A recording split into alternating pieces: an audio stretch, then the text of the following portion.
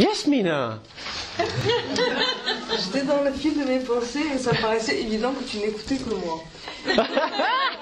Mais je n'écoute que toi. Mais tu n'as pas vu, je t'écoutais, mais le fond de ta pensée, et ça m'a mis sur ça. C'est ça en fait. Voilà. Je disais dans la situation, c'est une question sans en être une, c'est subtil parce que ça m'arrive de voir que je suis dans le premier cas de déni où je grossis ce voyou, hein, où je grossis le voyou de quelqu'un, et c'est si intense à un moment donné que des fois ça m'arrive, mais c'est devenu insupportable. La seule pensée qui me vient à l'esprit, c'est un fils de Dieu. Et petit à petit, ça me calme. Et après, je me dis, nous sommes tous des fils de Dieu. Je me dis, ça me calme et j'y reviens. Et c'est subtil de me dire, de ne pas retomber dans l'autre déni, en fait. Quand ça devient trop intense et que je sens que je m'accroche, parfois c'est la seule phrase qui me vient. En fait. Mais c'est super. Tout ce que tu peux faire pour trouver la petite phrase qui va t'aider à décrocher de cette dynamique de spirale vers le noir sur en toi, en l'autre et tout ça, ça peut être juste une pensée claire, perçante, qui te coupe, et c'est l'intention que tu mets derrière. C'est même pas les mots, ça aurait pu être d'autres mots. Ça aurait pu être un mot, sainteté, impeccabilité, pureté, clarté, Saint-Fils de Dieu ou autre. C'est l'intention derrière qui est, je ne veux plus continuer avec cette démarche-là. Et c'est ce que nous allons faire cet après-midi, c'est nous allons nous entraîner à revenir sur la partie de notre esprit qui va enfin décider d'arrêter avec ces anciens mécanismes, ces habitudes, et va enclencher un processus positif de vouloir changer de perception face à une situation difficile. Ouais. Moi, j'ai une phrase que je vais vous proposer et vous allez le compléter par vos mots. Et voilà ce que peut-être tu vas choisir. Et ça, c'est l'exercice pour cet après-midi. Est-ce qu'il y a d'autres choses par rapport à ça? C'est un module que je voulais faire avec vous dans la journée, c'est les 10 pièges de la résistance. Par rapport au dessin que nous avons fait, le descriptif du voyou, qui est encore la chose probablement la plus essentielle à savoir par rapport à nos différentes identités. C'est tout ce qui concerne ce petit coquin. On avance un petit peu?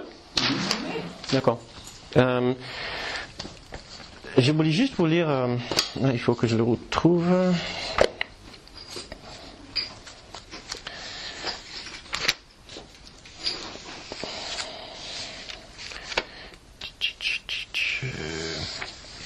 Un très joli passage pour nous remettre un petit peu dans le bain du texte et va nous aider à nous souvenir du démarche qu'on essaie d'enclencher dans notre esprit. Et ça vient de la section Le rêveur du rêve, ce qui est le chapitre 27, la section 7. Je vais vous lire du paragraphe 13, à partir du paragraphe 13. 626, exactement. Merci. Moi, je voulais rajouter un truc par rapport à ce que tu disais juste avant. Quelque part, je pense que c'est intéressant de rajouter, quand on est face à cette situation de rendre réel le voyou, le grossier, etc., c'est de se dire aussi que cette personne, ou que moi-même, si c'est moi que j'accuse une autre personne, n'a pas pu vraiment me blesser. Tu vois ce que je veux dire? Ouais. Il n'a pas pu vraiment faire ce que je croyais que cette personne m'a fait. Histoire de dédramatiser et de ne pas rendre réelle la situation, c'est-à-dire il n'a pas pu blesser le fils en fait. C'est une partie essentielle du processus. Ouais. Il y a. C'est-à-dire, ok, je dis qu'on est pareil, donc la similarité des deux. Oui. Et en même temps, je me dis, mais il n'a pas pu blesser, il n'a pas pu vraiment faire du mal à qui je suis vraiment. Moi-même, je n'ai pas pu moi-même me blesser vraiment. Ouais, du coup, ça fait retomber la cocotte minute, quoi. C'est très bien dit, très bien exprimé. À d'autres moments, j'aurais aimé aussi passer plus de temps sur cette idée-là, ce qui est une partie absolument essentielle. Le pardon du cours ne peut pas se faire sans cette étape. Si je ne me rends pas compte que l'autre n'a pas pu vraiment me blesser, alors le pardon du cours ne marchera pas. Le pardon du cours, en fait, c'est un relâchement de l'accusation en voyant que l'autre ne m'a pas véritablement blessé. Et comment ? C'est parce que je me souviens que l'amour est toujours absolument intact en moi. Comme Kenneth nous faisait dire, what does that have to do with me? Qu'est-ce que ça a à faire avec moi? Ce qu'il a dit, ce qu'il a fait, ça n'a rien à voir avec moi. L'autre n'a jamais pu enlever la présence de l'amour de mon esprit. Ce qui est l'innocentement de l'autre. C'est tout ça. Le pardon du cours, c'est l'innocentement absolu de l'autre parce qu'on reconnaît qu'il n'y a pas eu d'attaque. L'autre a pensé m'attaquer. L'autre pense m'avoir attaqué. L'autre a voulu m'attaquer. Il m'a attaqué en termes des choses de ce monde. Peut-être il m'a attaqué. Il m'a traité de je ne sais pas quoi. Il m'a insulté. Il m'a rabaissé. Il m'a méprisé. Il a pris mon argent, ma voiture, je ne sais pas quoi. Mais donc, si notre identité c'est cette lumière-là, peu importe ce que son voyou m'a fait à mon extérieur, il n'a pas pu affecter mon intérieur. La lumière brille puissamment à l'intérieur de moi à chaque instant. Il n'a pas pu éteindre la lumière en moi ou enlever la présence du smiley de mon cœur. Heinz? Pour cela, le cours il dit, une petite phrase que j'aime bien, c'est il y a deux états possibles. Il y a l'amour ou il y a l'appel à l'amour. Oui. C'est intéressant. Hein, oui, il y a l'amour ou l'appel. Soit il est dans l'amour, soit c'est un appel à l'amour. Oui. On appelle à l'aide aussi. Hein, ouais. Oui. Soit l'autre, il est en train de exprimer l'amour d'une façon ou d'une autre, d'étendre l'amour à partir de son étoile, ou soit il est dans le voyou, c'est un appel. Non. Il paille être dans le voyou, en réalité, il est dans son enfant perdu, et c'est son enfant perdu qui appelle un cri au secours. Cette section est magnifique. Oui. On exprime vraiment les relations entre les deux personnes. C'est ce que nous essayons de faire ici, c'est ce que j'essaie de faire avec vous, c'est de vous rappeler que à chaque instant de la journée, surtout aux instants quand vous êtes bien contrarié, vous êtes ces multiples différents niveaux de personnes. Si vous vous accrochez sur le voyou, c'est fichu, c'est foutu. L'idée, c'est de traverser dans votre conscience pour retrouver votre enfant perdu, c'est lui qui sent cette blessure, mais parce que c'est lui qui s'est attaqué en ayant accepté la cicatrice de la séparation. Il aurait pu aussi bien avoir accepté la présence de l'amour. À l'instant qu'il revient et qu'il se souvient de la présence de l'amour, il peut relâcher l'attaque automatique sur l'autre, parce qu'il voit que l'autre, il a tenté, il a voulu m'attaquer, absolument. Mon époux, mes enfants, mon employeur qui manque de respect, mais sévèrement envers moi, ils ont voulu me rabaisser, peut-être, mais ils ne peuvent pas atteindre la lumière en moi. Voilà. Ils luttent avec une image de moi.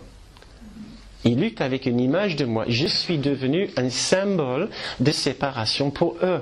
Donc, ils luttent. Symbole contre symbole, image contre image. Je me souviens, je ne suis pas une image. Je ne suis pas cette image-là. Je suis une réalité. Il faut qu'on avance un peu. Tu peux juste donner la page avant de... Oui, de 627. 627. À partir du paragraphe 13, tu es le rêveur du monde des rêves. Il n'a pas d'autre cause et n'en aura jamais. Rien de plus effrayant qu'un rêve futile a terrifié le Fils de Dieu et lui a fait penser qu'il avait perdu son innocence, nié son Père et fait la guerre contre lui-même. Le rêve est si effrayant, il semble si réel, qu'il ne pourrait pas se réveiller à la réalité sans une sueur de terreur et sans un cri de peur mortelle, à moins qu'un rêve plus doux ne précède son réveil et ne permette à son esprit plus calme d'accueillir et non de craindre la voix qui appelle avec amour pour le réveiller, un rêve plus doux dans lequel sa souffrance est guérie et où son frère est son ami. Dieu a voulu qu'il s'éveille doucement et avec joie, et il lui a donné les moyens de s'éveiller sans peur. Accepte le rêve qu'il t'a donné au lieu du tien. Il n'est pas difficile de changer un rêve une fois que le rêveur a été reconnu. Repose dans le Saint-Esprit et permet à ces doux rêves de prendre la place de ceux que tu rêvais dans la terreur et dans la peur de la mort. Il apporte des rêves de pardon, dans lesquels le choix n'est pas qui est le voyou et qui sera la victime, qui est l'assassin et qui sera la victime. Dans les rêves qu'il apporte, il n'y a pas de voyou, il n'y a pas de meurtre et il n'y a pas de mort. Le rêve de culpabilité s'efface de ta vue, bien que tes yeux soient fermés. Un sourire est venu éclairer ta face endormie. Le sommeil est paisible maintenant, car ce sont des rêves heureux. Rêve tendrement de ton frère, qui est sans péché et s'unit à toi en sainte innocence. Voilà ce que on revient à avoir un appel à l'aide. Rêve tendrement de ton frère. Et de ce rêve, le Seigneur du ciel éveillera lui-même son Fils bien-aimé. Rêve aux gentillesses de ton frère au lieu de t'attarder dans tes rêves sur ses erreurs. Choisis ses prévenances comme objet de tes rêves, au lieu de faire le compte des blessures qu'il a données. Pardonne-lui ses illusions et rends-lui grâce de toute l'aide qu'il a donnée. Et ne balaye pas ses nombreux dons parce qu'il n'est pas parfait dans tes rêves. Il représente son Père que tu vois comme t'offrant à la fois la vie et la mort. Frère, il ne donne que la vie. Or, ce que tu vois comme les dons que ton frère offre représentent les dons que tu rêves que ton Père te fait. Voilà, c'est un petit peu l'idée du miroir.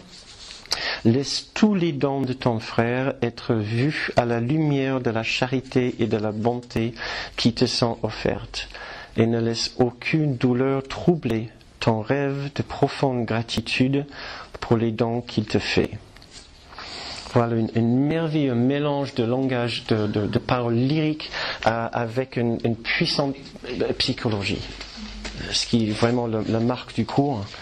C'est très très savant mélange de style, de profondeur et de poésie.